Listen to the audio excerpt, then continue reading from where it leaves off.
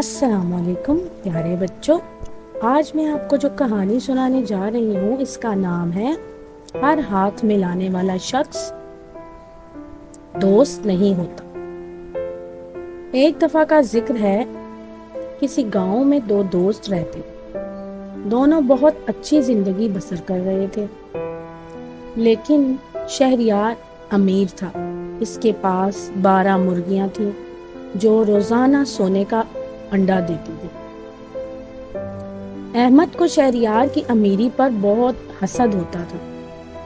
ایک دن احمد نے سوچا کہ کس طرح سے اس کی مرغیوں کو چرایا جائے تاکہ وہ بھی اپنے دوست کی طرح امیر ہو جائے۔ تو پیارے بچوں، ایک دن احمد نے شہریار کی ایک مرغی چرا لی۔ اگلے دن جب شہریار نے اپنی ایک مرغی کم دیکھی تو بہت پریشان ہوا۔ اس نے اپنے ارد گرد کے لوگوں سے معلوم کرنے کی کوشش کی، لیکن کسی کو بھی نہیں پتا تھا کہ مرغی کس نے چرائی۔ اگلے روز رات کو پھر ایسا ہی ہوا۔ شہریار کی 12 مرغیوں میں سے 10 مرغیاں رہ گئیں۔ شہریار کے ذہن میں ایک ترکیب آئی۔ وہ رات کے اندھیرے میں ایک خاص کونے میں چھپ گیا۔ تو پیارے بچوں، اس نے کیا دیکھا؟ اس نے دیکھا کہ اس کا دوست احمد ہی اس کی مرغیاں چرا رہا ہے۔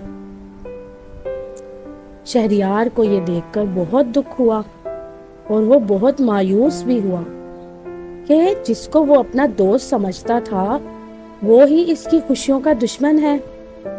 پھر کیا تھا کہ شہریار چور کو پکڑنے میں کامیاب ہو گیا اور احمد کو اس کے جرم کی سزا ملی۔ وہاں کے قانون کے مطابق احمد کے ہاتھ کاٹ دیے گئے۔ احمد اپنی غلطی پر بہت شرمندہ تھا اور شہر کے باقی لوگ بھی اس سے عبرت حاصل کرنے لگے۔